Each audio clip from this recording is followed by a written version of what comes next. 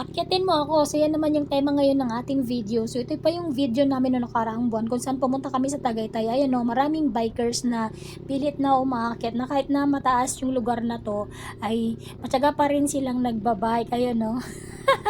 So, sige, bike lang bike. Mas maganda nga naman kasing umakyat sa matataas na lugar at mag-bike exercise din, lalo na kapag ka magbabarkada at marami kayo.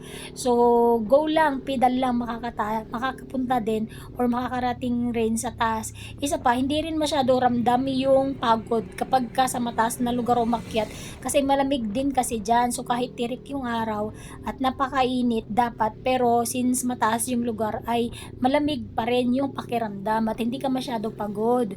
So, ayun no, yung nadaanan namin ay ilang mga grupo yon. Tapos, ayan, meron na naman nasa unahan.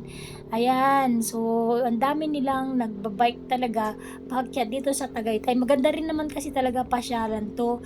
At saka, syempre, kung paakyat yung papunta, ang pababa ni din naman or yung pauwi ay pababa, kaya relax na din pag uwi.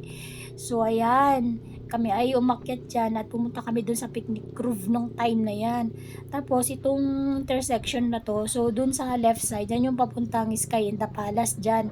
Tapos, itong way na pinupuntahan namin ay sa picnic grove naman. Ayan, so meron mga bikers pa kaming madadaanan dito.